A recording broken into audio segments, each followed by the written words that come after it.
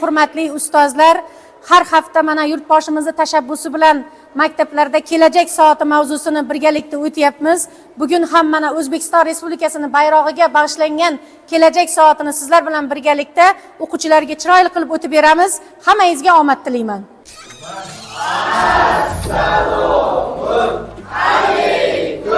Hurmatli o'quvchilar, bugungi kelajak soatimizning mavzusi juda ham boshqacha bo'ladi. Sababi nima? O'zbekiston Respublikasining bayrog'i qabul qilingan kun hisoblanadi. Shu bois bugungi darsimiz juda ham o'zgacha bo'ladi. O'zbekiston Respublikasining bayrog'iga nisbatan doimo hurmatda bo'lsak, vataniga bo'lgan muhabbatimiz mana shu joydan bilinadi. Bayrog'imiz ranglari nima ma'no bildirishini bilamizmi? Bayrog'imiz 4 rangda. Qizil, yashil, moviy, oq. Oq rangi menga yoqar, hammasidan ham ko'proq. Tasavvur qilingki, siz jahon arenasida turibsiz. Bayrog'imiz hilpirayapti. Qanday jarayonga tushardik? Keling, buni kontent orqali ham birgalikda tomosha qilsak.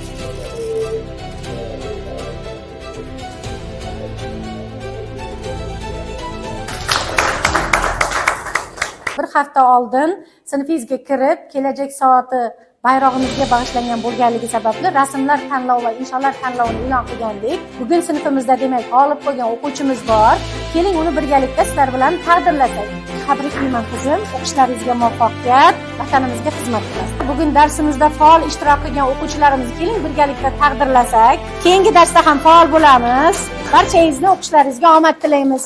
Muhtaram yurtboshimizni tashabbusi bilan butun maktablarimizda kelajak soatlarini o'tkazish bo'yicha topshiriq topshirilgan edi.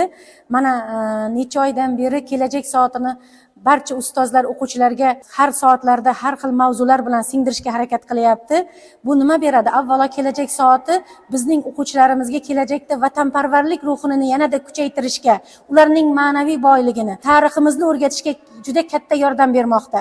Bugun ham mana O'zbekiston Respublikasining bayrog'i qabul qilingan kunga bag'ishlangan kelajak soatini juda chiroyli qilib o'tkazishdi va o'quvchilar ham o'zlari, men ko'rdimki bugun sinfda demak bayrog'imizga bo'lgan o'zaro hurmat, bugun jamiyatimizda O'zbekiston Respublikasining ramzlariga bo'lgan hurmat kundan kunga oshib bormoqda.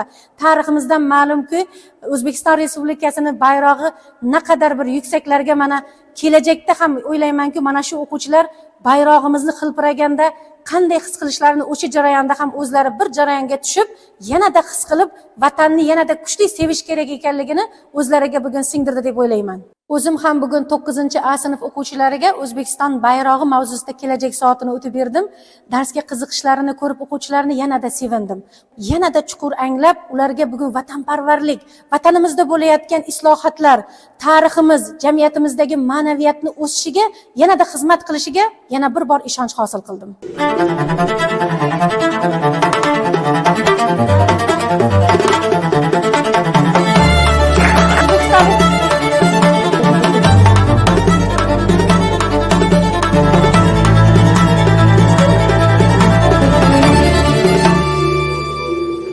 Qalbimiz to'la surur, Tokio yurt tuprog'i, hilpirab turar mag'rur O'zbekiston bayrog'i.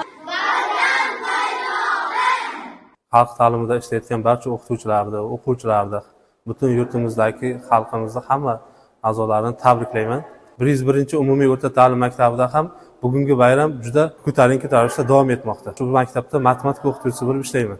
Shu vaqtgacha Denov tadbirkorlik va pedagogika institutida faoliyat yuritib borganman. Hozirgi kunda o'zimning PhD, ya'ni ilmiy ishlarimni davomini shu maktabda hamkorlik sifatida o'tab kelmoqdaman va faoliyat yuritib kelmoqdaman. Va yana bir marta bugungi kun bilan barcha yurtdoshlarimizni tabriklayman.